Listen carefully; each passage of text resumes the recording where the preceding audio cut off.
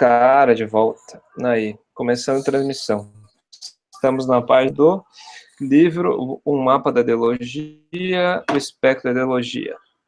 Eu vou começar a falar sobre dos vídeos, porque eu me vi ouvindo os vídeos. Se uma pessoa chega aqui, né, e começa a ouvir os áudios e tal, como é que se localiza e tal.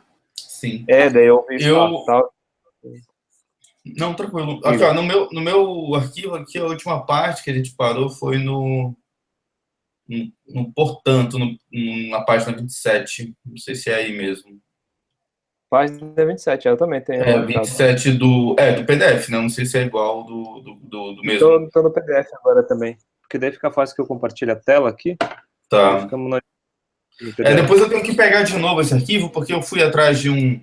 Na época eu lembro que eu fui atrás de um outro arquivo, e eu achei um melhorzinho, mas em compensação ele não tem todo o livro, ele tem só a primeira parte, então eu vou ter que voltar a usar esse documento que você estava usando. E só terminar essa parte que a gente está, eu volto para lá, para esse arquivo. Não, mas acho que o livro todo é bem difícil de encontrar, porque quem sabe tem no Dropbox do C. Eu acho que eu olhei e não encontrei. Esse que você tem aí também não é o livro todo? O PDF que eu tenho, não é o livro todo. É só o texto dele. É só os dois textos dele. Tá, mas a nossa ideia... O Espectro da Ideologia e Porque Marx inventou coma. Tá. Mas a nossa ideia é ler o livro todo ou só os textos dele? Eu acho que os dois textos dele, né, a princípio. Tá. Depois a gente avalia se a gente quer ler tudo. Porque é uma pancada de gente, né? E, pô, tem desde Lacan, tem o Estádio do Espelho do Lacan. Meu Deus do céu, Adorno. É muita gente. É muita coisa. Não, tranquilo. Vamos ver se... Não, é muita coisa mesmo. Aí depois não ficou tanto. Esse é o parágrafo? Assim começa o parágrafo. A última coisa que eu salvei aqui foi no portanto, cerne pré-ideológico. Qual é a linha? O final? O segundo parágrafo? Terceiro? Deixa eu ver aqui.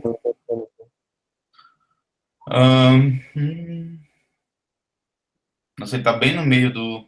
Ele tá no espectro do real do antagonismo, né? O item, e aí ele tá bem quase no final já, eu acho. Deixa eu ver. Aqui aparece, para mim, a página 27 é: pareçamos ter nos perdido em turvas águas especulativas. Essa é a primeira frase da página 27. Para também? Para ver se é o mesmo arquivo PDF. É diferente. É diferente a numeração desses dois PDFs. Deixa eu ver aqui. Deixa eu ver se está muito diferente desse aqui. Tem como você rolar um pouquinho a página para eu ver, por favor? Tem. Para baixo? Pode ser, qualquer direção, que aí eu vejo se tem alguma coisa ali que... Tá, deixa eu só ver uma coisa aqui. Qual é a nota mais próxima que tem? Boa. Nota 27 também. Nota 27? Tá, peraí. Isso. Aqui é 28. É o parágrafo da nota 28.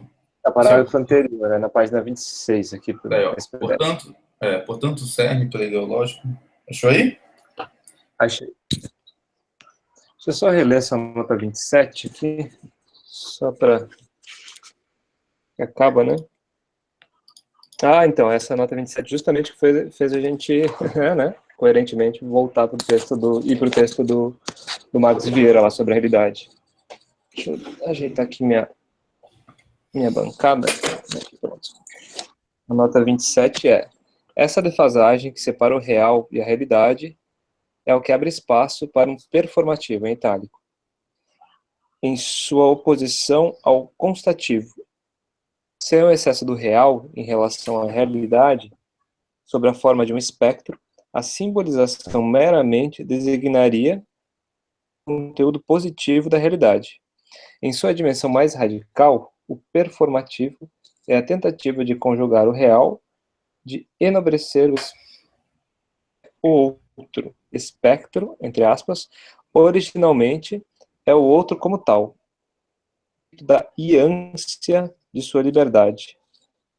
No exemplo clássico de Lacan, quando digo você é minha mulher, brigo barra traço coágio, brigo coágio, o outro por aprisionar sua ânsia numa obrigação simbólica. Daí essa nota feia que me despertou essa necessidade. Beleza. No meu PDF não tem as notas estão... Nossa, é ruim ler, né, no PDF? É por isso que eu peguei outro, porque esse daí, como ele é tipo um scan, eu acho a qualidade bem ruim. Esse aqui que eu tô, ele é como se fosse digitado mesmo, né? Aí a qualidade é bem melhor para ler. Melhor. O livro não, Tem o como tu texto. subir? Oi? Tem como tu subir ele no grupo do Face com o arquivo? Tem, eu só vou ter que procurar porque ver se eu acho um original, porque esse meu, ele tá todo grafado, né? Então não sei se você consegue limpar ele pra... Mas eu pego outro que eu devo ter por aqui, em algum momento, em algum lugar, eu te passo, jogo lá no grupo. Você quer ou você quer agora para já ir vendo? Eu tô com o meu livro aqui na mão, tranquilo. Tá. Porque... Pera, deixa eu ver aqui. Acho que não tem como eu... Deixa eu ver aqui se tem como vamos ver se limpar. Tirando... Pera, eu vou fazer o seguinte. Aqui, Ctrl C, colar.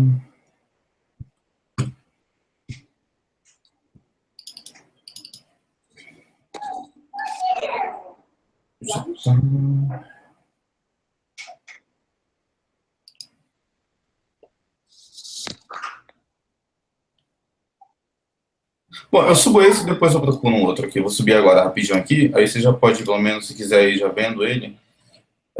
Eu tô com um aqui já. Esse é o digitado, você disse. O digitado. Deixa eu abrir aqui o grupo.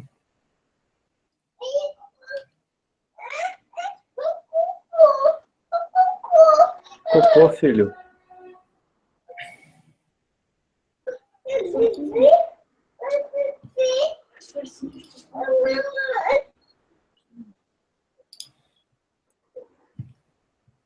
Grupo de estudos.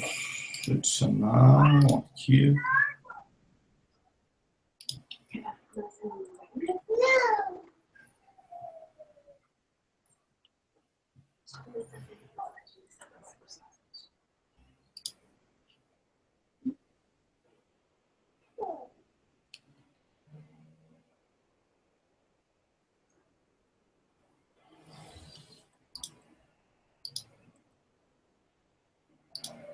Pronto, estou subindo aqui no grupo. Aí abre e vê se você pega aí para dar uma olhadinha. Já subiu. Subiu, já recebendo notificação.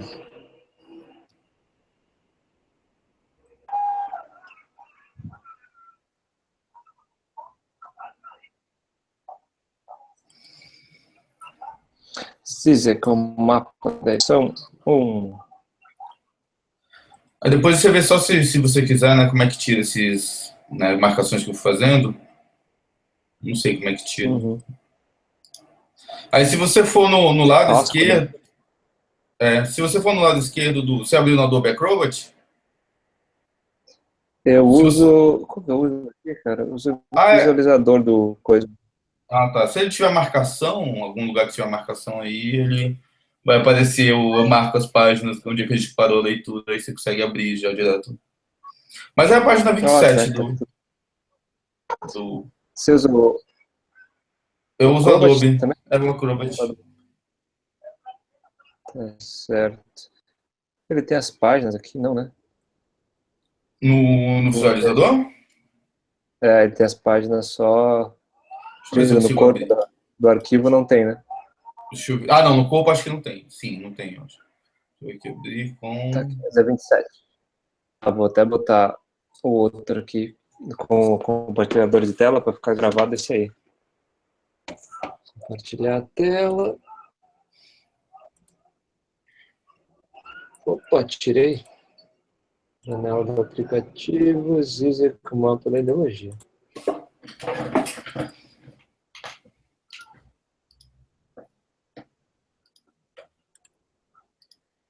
Pronto, aí ó, bem mais bonito, né? Sim. Você tá usando qual? Pré-visualização para abrir? Sim. Uhum. Deixa eu ver se eu abro aqui. Na pré-visualização, acho que ele não vai ter aqui o...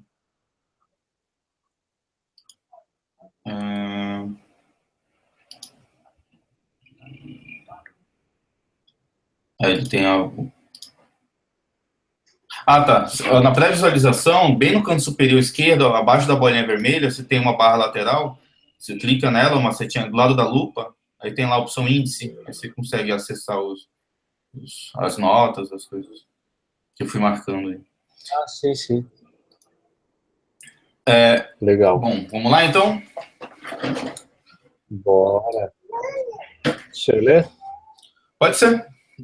Tá bem no meio do arquivo, né? Então não tem. Você quer voltar um parágrafo para retomar só? É bom, né? É bom. Até porque, como você falou, né, foi o que fez a gente parar para ler o outro arquivo, o outro texto, então é bom a gente... Bom, eu vou voltar um parágrafo, então, onde está em seu recente livro.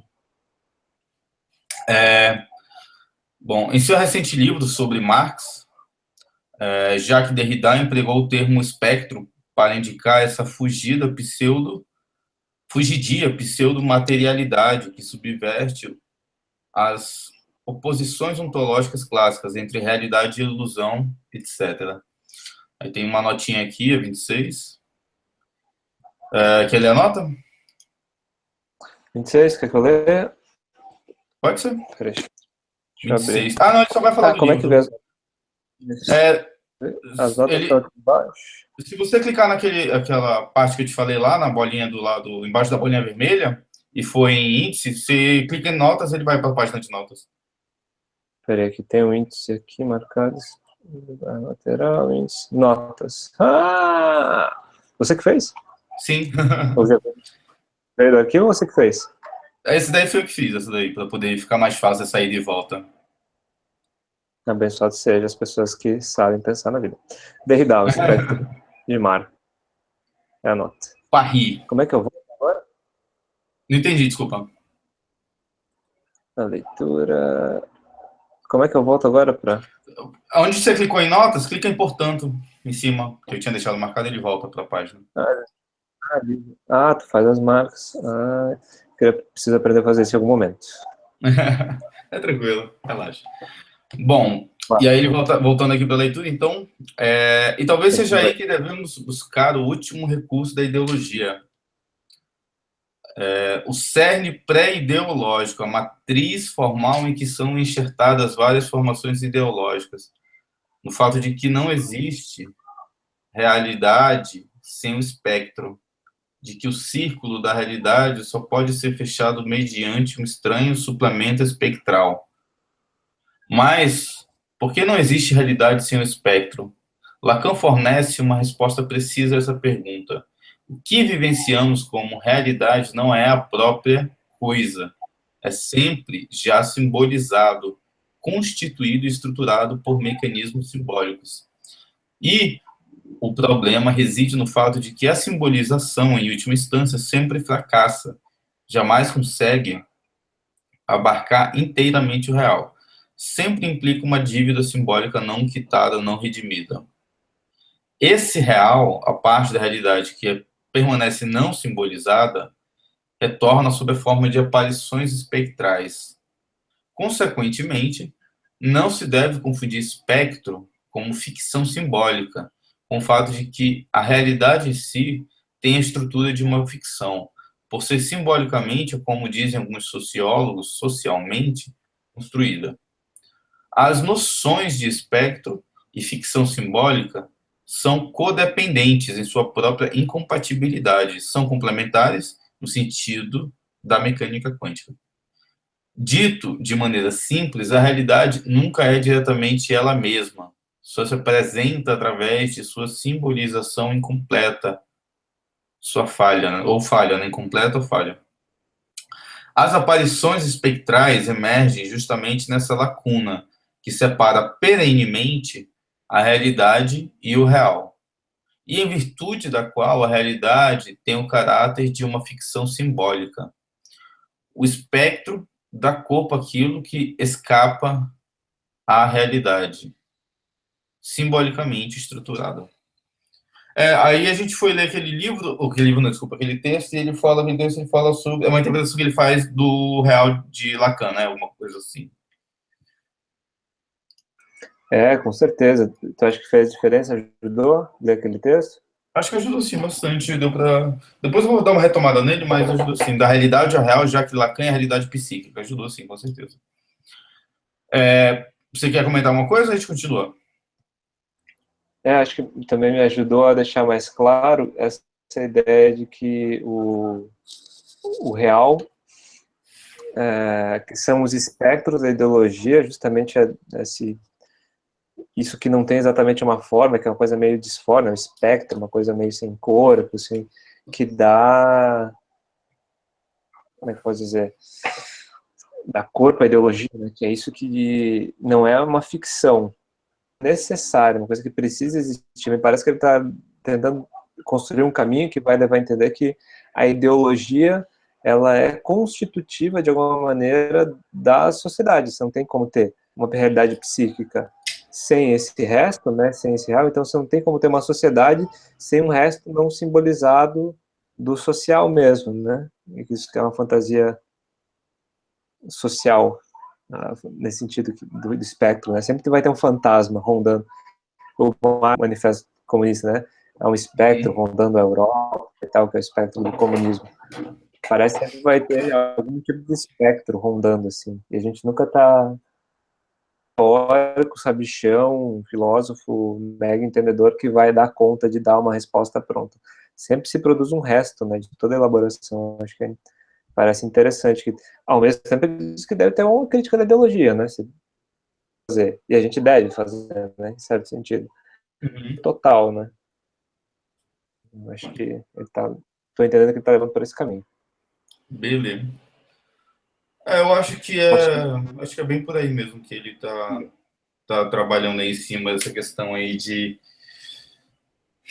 tentando a gente mostrar, né, como é que a gente enxerga o mundo ao nosso redor, mas que não, isso que a gente enxerga não é o que de fato existe, né? E como que isso é carregado de Nunca é símbolos, a coisa etc. em E si, tal. né? Oi? Isso tá bem claro, né? Nunca é a coisa em si. Sim, exatamente. A gente vê algo que é carregado de símbolos, né? E aí e isso varia, obviamente, de toda pessoa.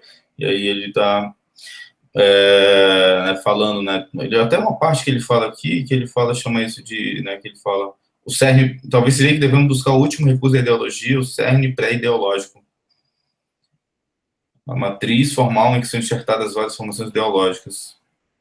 Ele está falando para indicar essa fugidia pseudo-materialidade, subverte as posições ontológicas clássicas entre realidade e ilusão. E ele fala que é O isso. cérebro ideológico, né? Esse espaço que você vai ter, né? Ali nesse espaço é que entra o conteúdo, né? Da ideologia para ele. E aí o CERN, ele tem essa ideia, né, de ser algo nuclear, né? E o pré-ideológico, né, que ele fala que eu acho que é justamente antes, né, da construção de uma ideologia. Então, aparentemente, é justamente nesse espaço aí que você... Vamos ver como ele continua, Bora né, de lá. repente. Posso Quer que eu seguir? leia? Pode prosseguir, se você quiser. Portanto, o cerne pré-ideológico da ideologia consiste na aparição espectral que preenche o buraco do real. Todas as tentativas de traçar separatória entre verdadeiro e fundamental ilusão deixam de levar em conta para que emerja o que vivenciamos como a realidade. Tem que ser foracuído dela. Em outras palavras, a realidade nunca é, por definição, toda, entre aspas.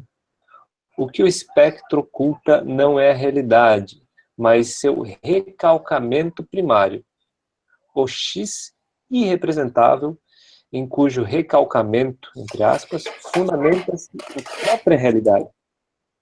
Com isso, termos perdido em turvas águas especulativas, que nada tem a ver com, com as lutas sociais concretas. Mas será que o exemplo supremo da realidade, entre aspas, não é fornecido pelo conceito marxista de luta de classes? A elaboração consequente desse conceito que não há luta de classes na realidade. A luta de classes nomeia o próprio antagonismo que impede a realidade social objetiva de se construir como um todo fechado em si mesmo.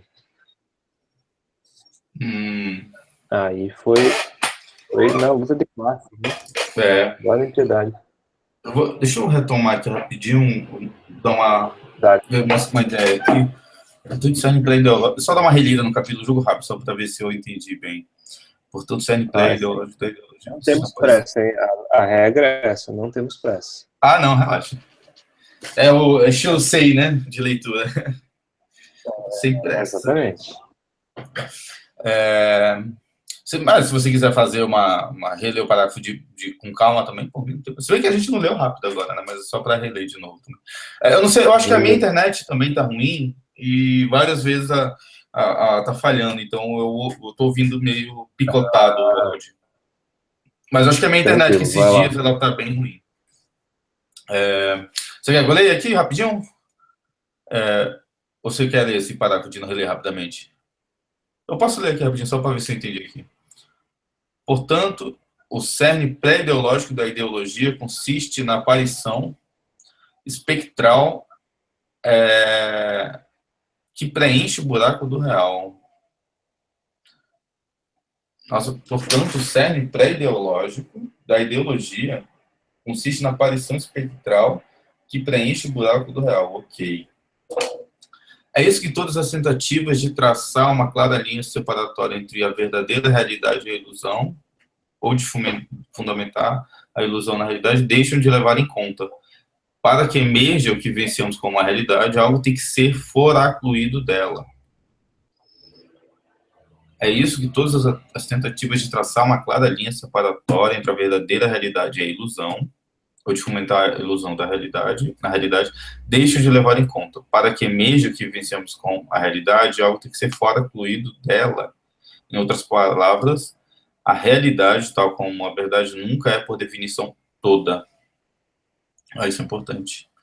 A realidade nunca é, por definição, toda. Esse foracluído é um texto, é uma palavra meio que ele insere aí, né? Ele meio que inventa, eu acho, essa palavra e coloca aí no texto, né?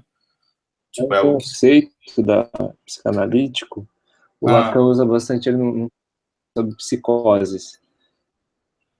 A foraclusão é uma negação não dialética, digamos assim. Você coloca dentro do lado de fora, digamos assim. Você inclui realmente fechado, não é só que a coisa está fora da sua casa, ela está dentro de um lugar fora da sua casa. Entendeu? Como dizer que fora excluir mesmo, tá excluído da possibilidade de fazer parte de algo. Tá, mas então essa palavra é um conceito meio lacaniano, então, assim. Deveria estar até em itálico, acredito eu, mas é fora conclusão. Assim. Tá. O que o espectro oculta não é a realidade, mas seu recalcamento primário. O X irrepresentável, em cujo recalcamento fundamenta sua própria realidade. O X irrepresentável, cujo recalcamento fundamenta seu... O que o espectro oculta não é a realidade, mas seu recalcamento primário. O que seria esse recalcamento? Recalque. O recalcamento é outro conceito que é básico, né? Que é do Freud. Entendi. Outro conceito freudiano. O recalcamento, cara, é basicamente o que a gente estava lendo no texto do Marcos, né? De tornar não sabido, tornar inconsciente algo percebido, digamos assim. Não é um recalcamento da realidade, como ele mesmo coloca, né? Não está recalcando um dado da realidade, aquilo é uma verdade, então eu estou recalcando uma verdade. É um recalcamento daquilo que você acredita ser uma verdade, daquilo que excede, aquilo que é demais, né? Eu estava colocando a formação da linguagem, a formação de psique acontece para excluir alguma coisa. Ela acontece para se proteger de um excesso, né, de libido, digamos assim. Então, o espectro não oculta a realidade. Isso é bem importante, porque é muito fácil você pensar, eu tenho uma verdade que está oculta, uma verdade que, ao ser revelada, vai resolver tudo, então é só revelar aquilo que está escondido, né? Autoconhecimento, se conhecer, enfim, alguma coisa. Não é essa a ideia da psicanálise, pelo menos. A ideia da psicanálise é que tem um recalcamento e ele organiza a lógica da linguagem para aquele sujeito. Então, o que ele elogia oculta, o espectro oculta, na realidade, mas é o recalcamento primário. O X irrepresentável, cujo recalcamento funda-se a própria realidade. Ou seja, é como se precisasse perder algo que não necessariamente, não saber algo que não necessariamente aconteceu de verdade. Entende? Eu não entendi essa última parte que você falou. Desculpa. É como se o recalcamento fosse um movimento de desconhecer algo que não necessariamente aconteceu. Pode ter acontecido, não pode, mas que é recalcar algo que excede a capacidade de elaboração, de simbolização da pessoa em um dado momento. Então, acho que ele está tentando chamar a atenção para a gente tomar cuidado e não pensar que se trata de uma verdade oculta. Não é uma verdade oculta. O recalcamento não oculta uma verdade. Certo. O recalcamento é algo, mas não necessariamente uma verdade. Tá. Eu achei aqui na internet tem vários textos falando sobre recalcamento, depois eu vou até dar uma lida com calma, para entender melhor. Tem uma pá de coisa. Bom. Tem um texto do Freud que é muito bom, que é 3 lições de psicanálise, que fala sobre recalcamento. Beleza. Vou dar uma procurada nos textos dele aqui. 3 lições de Freud? Acho que é 3 ou 5, acho que é 5 lições. 5 lições. Ah, tá aqui, ó, ele fala aqui rapidamente no Wikipedia, tem recalque, é um dos conceitos fundamentais da psicanálise. Tem sido desenvolvido por Freud, denota um mecanismo mental de defesa contra ideias que sejam compatíveis com o eu. Freud dividiu a repressão psicológica em 2 tipos: a repressão primária, na qual o inconsciente é constituído, e a repressão secundária, que envolve a rejeição de representações inconscientes. A repressão é o processo psíquico através do qual o sujeito rejeita determinadas representações, ideias, pensamentos, lembranças ou desejos, submergindo-os na negação inconsciente, no esquecimento, bloqueando assim os conflitos geradores de angústia. Tá. Nossa, aí depois ele vai... Isso, ó. Ele está falando de coisas que são não exatamente verdades, né? E aí depois ele fala aqui, Freud distingue 3 momentos do recalque: recalque originário, recalque propriamente dito, retorno do recalcado. Bacana, legal esse conceito, vou dar uma lida depois.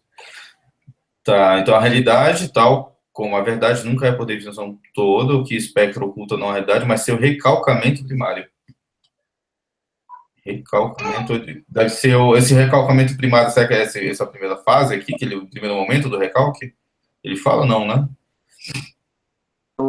Entre o espectro do Marx, né, do conceito marxista, com as ideias lacanianas, né? Os funcionando. Assim, acho que é disso que ele está tentando chamar de espectro, né? Uma coisa que sempre vai aparecer, se é um fantasma que não tem como, não adianta chamar o caça-fantasmas, que não vai se livrar desse espectro, mas que é primário, assim, nesse sentido que não tem solução, né? Que se funda a própria realidade, se funda nesse princípio. Opa, só um pouquinho. Meu filho tá fazendo cocô, tô muito feliz. Faz 3 dias que ele não faz. Sério? Caramba, que bom. Ele é meio assim, Ele tá na fase de ficar aprendendo agora? Cara, é uma grande questão nossa aqui. Mas agora ele tá bem. Ai, que bom. Seguimos. Deixa eu dar uma privacidade para ele, vou fechar o microfone aqui. Obrigado, Boné. Deixa ele ter o seu momento aí, né? Um pouquinho de... Ele grita bastante. Ele já começou a usar o piniquinho dele? Com isso, ainda não. Com isso, talvez pareçamos ter nos perdido em turvas águas especulativas que nada têm a ver com sociais concretas. Mas será que o exemplo supremo dessa realidade, entre aspas, não é fornecido pelo conceito marxista de luta de classes? A elaboração consequente desse conceito obriga-nos a admitir que não há luta de classes na realidade. A luta de classes nomeia o próprio antagonismo que impede a realidade social objetiva de se constituir como todo fechado em si mesmo. Eu acho que ele vai elaborar melhor isso, né? Mas isso é uma chave. Ele vai, a luta de classes nomeia o próprio antagonismo. Antagonismo que impede a realidade social. Fale. Tentando chamar esse antagonismo daquilo que falta para fazer todo, né? A realidade, quer dizer, a verdade nunca é, por definição, toda. Então, esse antagonismo marca uma luta de classe, o fim da luta de classes, né?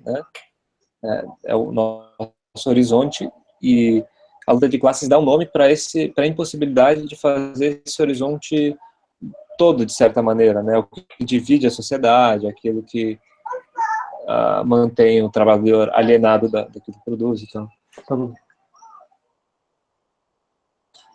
só um pouquinho. Fica à vontade, fica à vontade. Nossa, que cheiro de cocô. Eu não falo nada sobre isso que você só tô...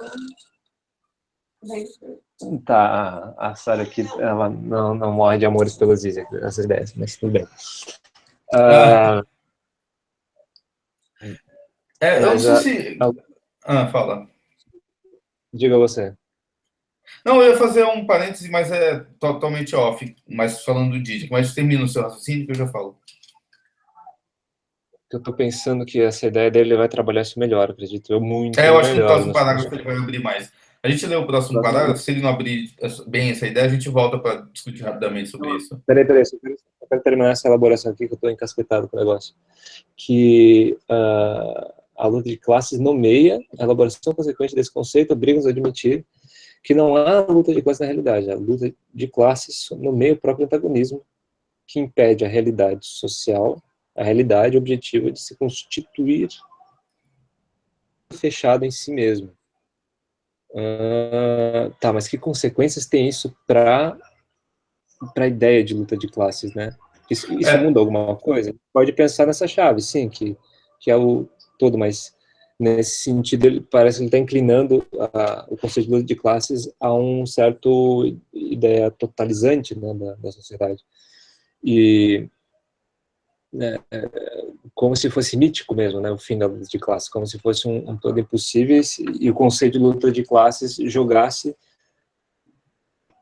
a ação da esquerda a uma ação ideológica, né, que tenta lutar contra aquilo que não dá para lutar, que é fazer todo da sociedade. Meio perigoso essa então, ele faz uma afirmação bem, né, contundente, né? Ele fala, não há luta de classes na realidade, né? Não é que ele diz que não há luta de classes. Eu odeio ele, né? Não entendi. Não é à toa que xingam ele pra caramba de vez em quando, né? Ele me diz umas coisas cabal desse jeito, é complicado, né? Sim. Sim, muito Didi. Falando nisso, eu vi um vídeo dele esses dias e ele... Eu nunca tinha reparado, nunca tinha visto um vídeo dele. E ele é assim mesmo, estranhão falando, ele é muito estranho, cara. Ele tem os problemas fonéticos, né, cara? Eu não conseguia ver vídeo dele. Eu ficava angustiado de ver ele mexendo no nariz, na camiseta, na cara, o tempo inteiro, e no nariz, né? E a fonética, o inglês carregado, esloveno, assim, exato. Ele é daquele jeito mesmo, assim, você vai ver qualquer vídeo dele, ele é exatamente daquele jeito. Ele fala de um jeito meio inquieto, né, meio estranho, cheio de capoeira, como você falou, muito estranho. Mas ele é divertidíssimo. Não, imagino. Mas, voltando aqui, aí ele faz e depois ele por exemplo, nessa parte ele argumenta, né, ele fala assim, a luta de classes, no meu próprio protagonismo, que impede a realidade social objetiva de se constituir como um todo fechado em si mesmo.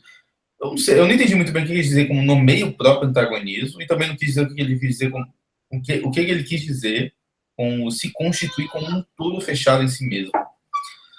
Tipo, A ideia de todo ali que está falando que a verdade nunca, por definição, nunca é toda, né? Parece que a luta de classe seria o espectro, seria aquilo que se colocaria como aquilo que impede, né, uma aparição do real, uma aparição não simbolizada, mas uma aparição que mostra que a verdade não foi toda simbolizada, né, a realidade não foi toda simbolizada, que existe um resto aí. Esse resto seria a luta de classes. tá. Tem uma notinha aqui, né? Quer dar uma lida na nota? Deixa eu dar uma lida aqui na nota 28. Essa noção de antagonismo provém, é claro, de Laclau e Mouffe, Chantal Mouffe, Hegemony and Socialist Strategy. Hegemonia e estratégia socialista. Tá. Interessante. Bem, vamos seguir agora. Então ele jogou ali, ele falou a ideia do antagonismo e ele, né? Jogou polêmica. Vamos ver como é que eu vou fechar esse jogo. Vamos ver. Fica à vontade. É verdade que, segundo a tradição marxista, a luta de classes é o princípio, entre aspas, totalizador da sociedade. Mas... Rapaz, tá fazendo um cocô ali gritando. Quer ler você... Pode ser. Pode ler. Tá. Bom, vamos lá. É verdade que, segundo a tradição marxista, a luta de classes é o princípio totalizador da sociedade. Mas isso não significa que ela seja uma espécie de garantia última que nos autoriza a apreender a sociedade como uma totalidade racional. O sentido último de todo fenômeno social é determinado por sua posição dentro da luta de classes. O grande paradoxo da noção de luta de classes é que a sociedade mantém-se coesa pelo próprio antagonismo, pela própria cisão que impede permanentemente seu fechamento num todo harmonioso, transparente e racional. Justamente pelo empecilho que mina qualquer totalização racional. Embora a luta de classes não esteja diretamente dada, em parte alguma, como uma entidade positiva, mesmo assim ela funciona em sua própria ausência, como ponto de referência que nos permite situar qualquer fenômeno social, não ao relacioná-lo com a luta de classes como seu sentido último, o significado transcendental, mas ao concebê-lo como mais outra tentativa de ocultar e remendar a brecha do antagonismo entre as classes, de apagar seus vestígios. O que temos aqui é o paradoxo estrutural dialético de um efeito que só existe para apagar as causas de sua existência. Um efeito que, de certo modo, resiste à sua própria causa. O que você acha, Léo Jorge? O cara foi pesado de novo, né? Aí é complicado, não ajuda, né? Mas eu gostei bastante, eu sempre adoro quando ele... Você vai ver o circo pegando fogo, então, né? Porque é novo mesmo pensar desse jeito, né? Pô, cara, eu nunca tinha visto mesmo. Eu vou reler, pode ser? Pode, claro. É verdade que, segundo a tradição marxista, a luta de classes é o princípio, entre aspas, totalizador da sociedade. Mas isso não significa que ela seja uma espécie de garantia última, que nos autorize a aprender a sociedade como uma totalidade racional. De todo fenômeno social é determinado por sua posição dentro da luta de classes. O grande paradoxo da noção de luta de classes é que a sociedade mantém-se coesa, entre aspas, pelo próprio antagonismo. Essa frase é que o grande paradoxo, pela própria cisão permanente entre seu fechamento, num todo harmonioso, justamente pelo empecilho que mina qualquer totalização racional. O argumento aqui para mim, é um argumento chave, cara. Por quê? Tudo bem, ele está dizendo, olha, para a tradição marxista, a luta de classes é o princípio totalizador da sociedade, ou seja, é totalizador porque trata daquilo que impede a sociedade de se tornar uma igualdade no sentido absoluto. Ele está dizendo isso, né? Pelo que eu entendi, assim, o que eu estou entendendo assim, é que fazer o grande paradoxo da noção de luta de classes é que a sociedade mantém as coisas pelo próprio antagonismo, ou seja, é justamente a existência de grupos distintos com pensamentos diferentes que faz com que a luta de classes exista. E é isso que a mantém coesa. Então, é mais ou menos não, acho que foi isso que ele quis dizer, né? O grande paradoxo da noção de luta de classes é que a sociedade é pelo próprio antagonismo, pela própria cisão que impede permanentemente seu fechamento num todo harmonioso. Acho que a estratégia é a seguinte: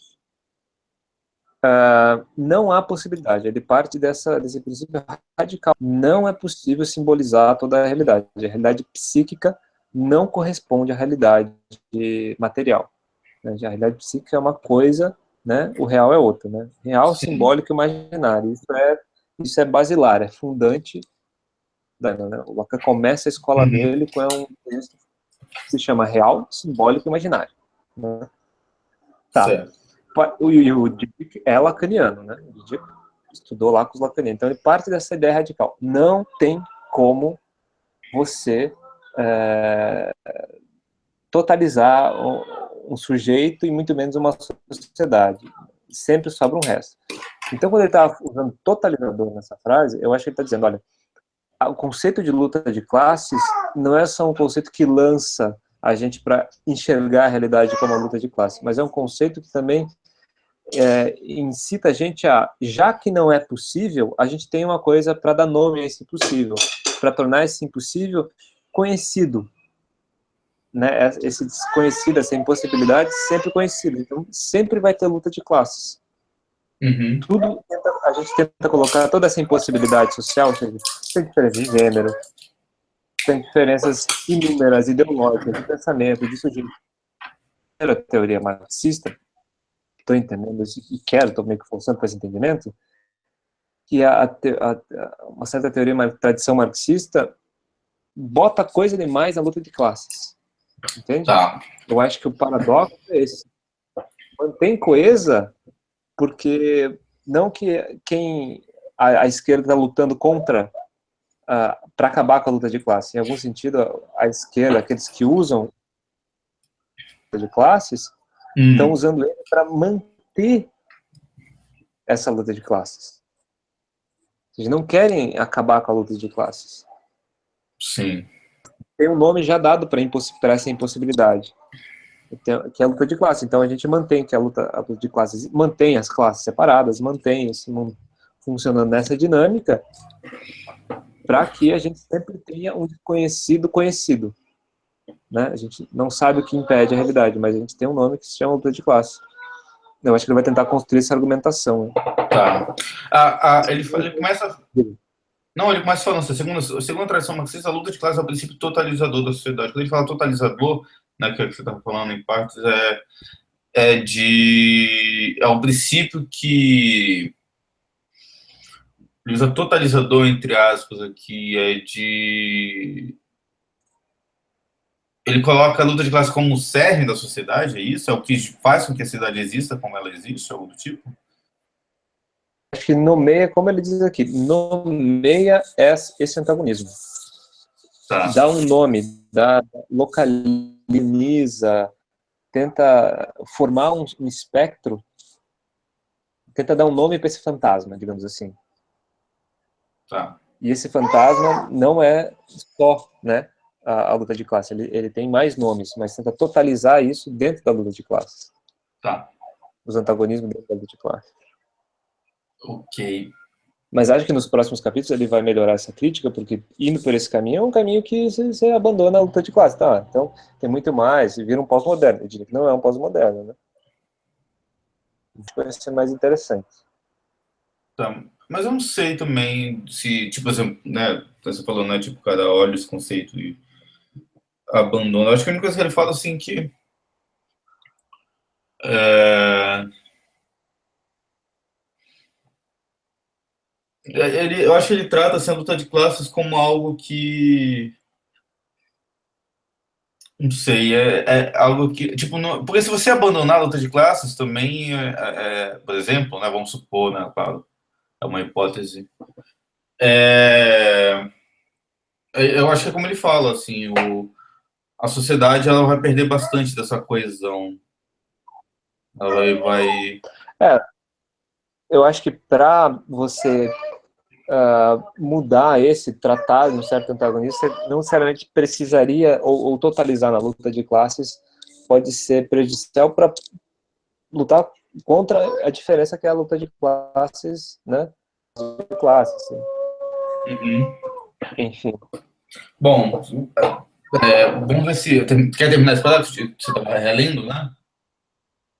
Vamos. Embora a luta de classes não esteja diretamente dada, em parte alguma, como uma entidade positiva, mesmo assim ela funciona. Ele está dizendo, ó, um marxista está lendo dessa maneira, né? A luta de classes não esteja diretamente dada em parte alguma, ou seja, não tem uma luta de classes acontecendo em dado país claramente, você não está vendo ela organizada e tal, mesmo assim ela funciona em sua própria ausência, em itálico, né? Em sua própria ausência, como ponto de referência que nos permite situar qualquer fenômeno social. Chamando atenção para a função totalizadora desse conceito, tentando botar luta de classes no espectro, né? Como se o nome do espectro só pudesse ser luta de classes. Né? Como ponto de referência que nos permite situar qualquer fenômeno social. Não relacioná-lo com a luta de classes como seu sentido último, o significante transcendental, mas ao concebê-lo como mais outra tentativa de ocultar e remendar a brecha do antagonismo entre classes, de apagar seus vestígios. Paradoxo estrutural dialético de um efeito que só existe para apagar as causas de sua existência. Um efeito que, de certo modo, resiste à sua própria causa. Tá, agora ele já está falando uma outra coisa aqui. Uhum. Com o seu último, mas ao concebê-lo como mais outra tentativa de ocultar e remendar uma brecha. Um antagonismo entre as classes.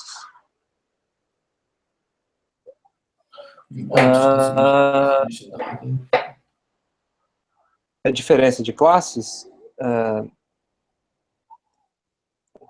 o conceito de luta de classes tenta nomear a diferença de classes, o porquê da existência, né? Uhum. Porque tem mais ricos, porque tem ricos e pobres no mundo. Mas concebê-lo como mais outra tentativa de ocultar e remendar a brecha. Ou seja, tenta ocultar, em certo sentido, o porquê da existência da luta de classes, o porquê da diferença da inequidade, da diferença, da desigualdade, né? Entre classes, apagar seus vestígios. Uhum. Acabar com a própria diferença. Temos aqui um paradoxo estrutural dialético, um efeito que só existe para apagar as causas de sua existência. Ou seja, a diferença de classes produz a luta de classes. E a luta de classes pretende apagar a diferença de classes. Né? Então, é um efeito que existe para apagar as causas de sua existência. É um efeito que, de certo modo, resiste à sua própria causa. Tudo bem. Legal essa ideia de paradoxo que ele trabalha em cima das lutas de classes. Pode continuar, se quiser. Eu acho legal, mas agora fiquei pensando que ele está, de um lado, fazendo a crítica do marxismo, ou de outro lado, ele está dizendo que o marxismo tem razão. A consequência não é uma escolha, uma deliberada, um erro de análise, sei lá, um equívoco, né? Isso que se produz, né? Não é uma opção que se faz analisar. As coisas são assim, né? Existe diferença de classes. Para acabar com essa diferença, a gente entende, concebe a história do mundo como a história da luta de classes. A gente tenta remendar a brecha do antagonismo, ou seja, a luta de classes vem não só para acabar com a diferença de classe, mas ela vem para remendar a brecha do antagonismo entre classes. com a diferença Tá. de classe.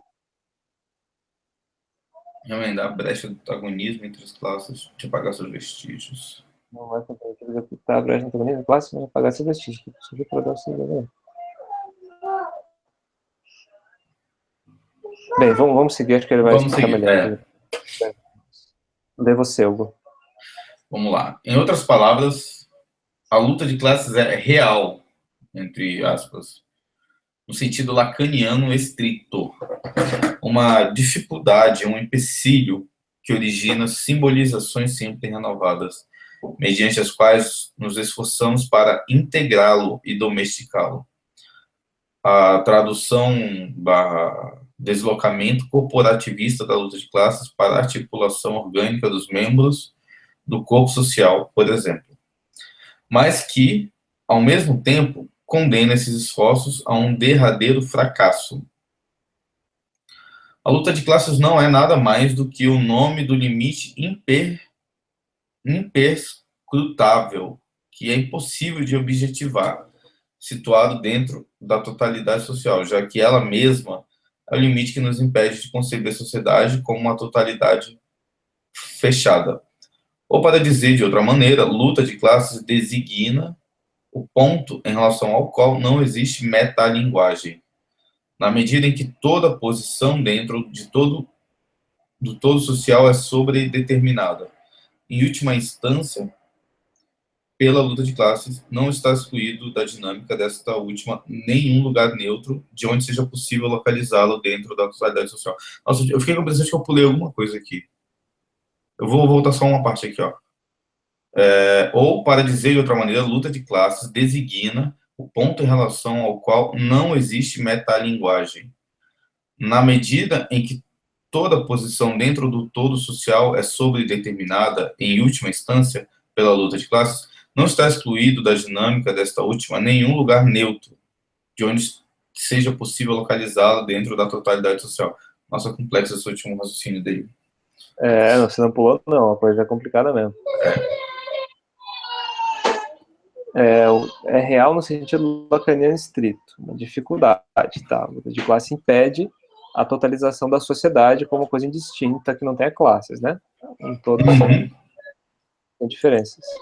Porque acho que pensar a ideia do real é melhor, é interessante porque tem os burgueses, os proletários, e você tem um abismo aí no meio, né? O nome desse abismo é a luta de classes. Então, por que existe, como funciona, aquele curso estava falando, como funciona a sociedade, ou seja, a diferença, né? Joga a gente para um conjunto de simbolizações, como ele fala aqui. É um empecilho que origina simbolizações sempre renovadas, mediante as quais nos esforçamos por integrá-lo e domesticá-lo. A tradução, deslocamento corporativista de classe para articulação orgânica dos membros do corpo social, por exemplo. A corporativista, acho que ele está falando de mais direitosa, mais pelegra, né? Da ideia de que são membros de um corpo social e tal. Mas que, ao mesmo tempo, condena esses esforços a um derradeiro fracasso. A luta de classes... domesticado de classe não é nada mais do que o nome do limite imperscrutável. Vale a pesquisa, né? Imperscrutável, não conheço a palavra também. Vamos ver. Mas eu acho que é algo que não prescreve. E não se pode perscrutar. Agora vamos ver o que é perscrutar. Obrigado. Oi? Obrigado, estava... Exatamente uma coisa. Perscrutar. Examinar, investigar rigorosamente, indagar, perquirir. Tentar conhecer, procurar penetrar no segredo das coisas. Ou seja, então, que não se pode examinar, investigar, etc. e tal.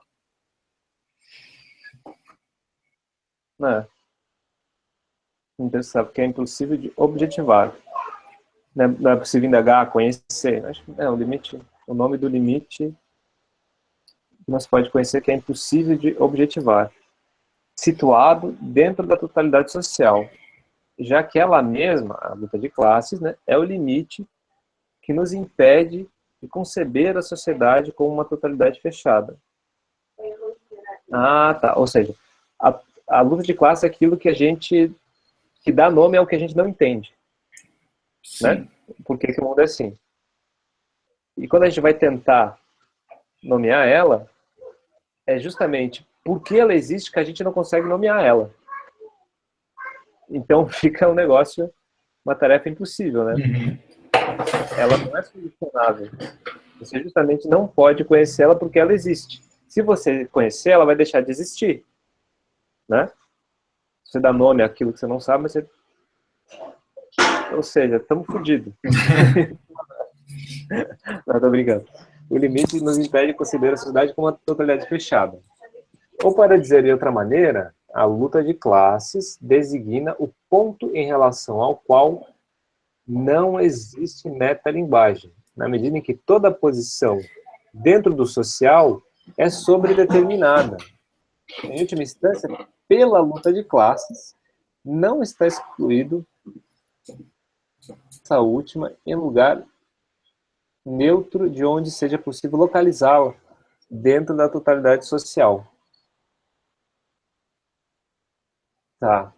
Não existe metalinguagem, quer dizer, você não tem como falar sobre falar, né? É uma ideia do Lacan bem complexa e tal, enfim. Mas é um pouco... Qual a ideia que você está falando? Que é Não bem existe... lacaniano? É um cânone, uma afirmação categórica do Lacan. Não existe metalinguagem. Tá. Vou colocar aqui.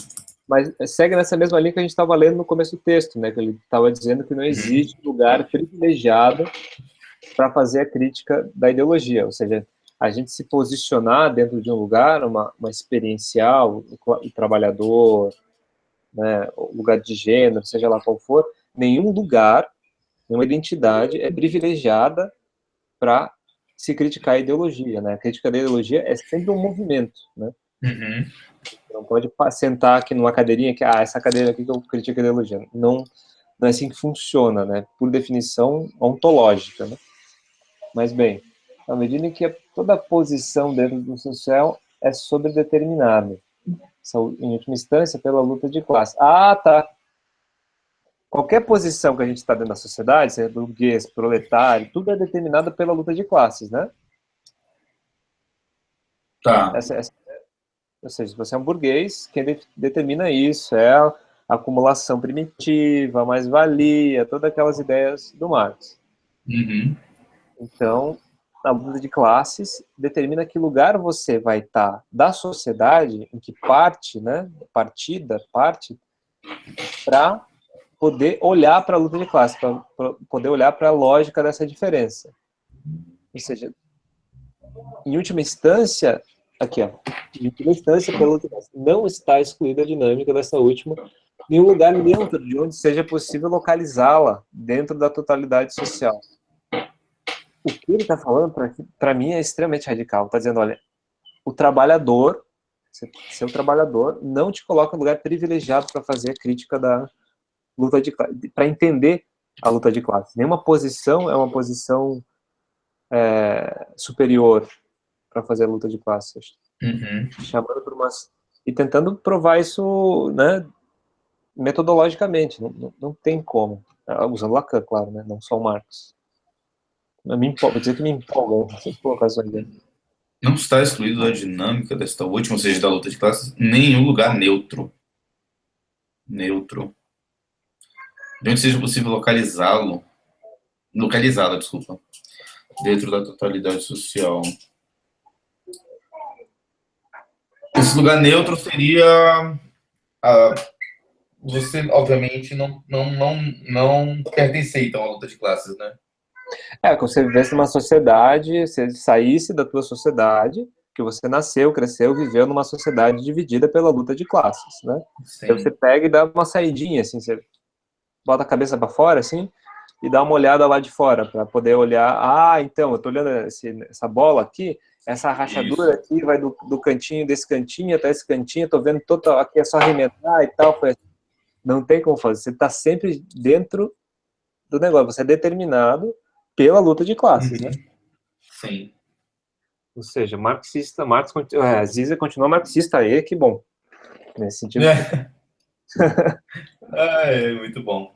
Ô, camarada, deixa eu te falar uma coisa. Eu tô meio querendo pegar, acho que uma gripe, e desde cedo eu tô com meio que febre, e agora parece que bateu. Sabe quando chega no final do dia e bate de uma vez, assim, tum?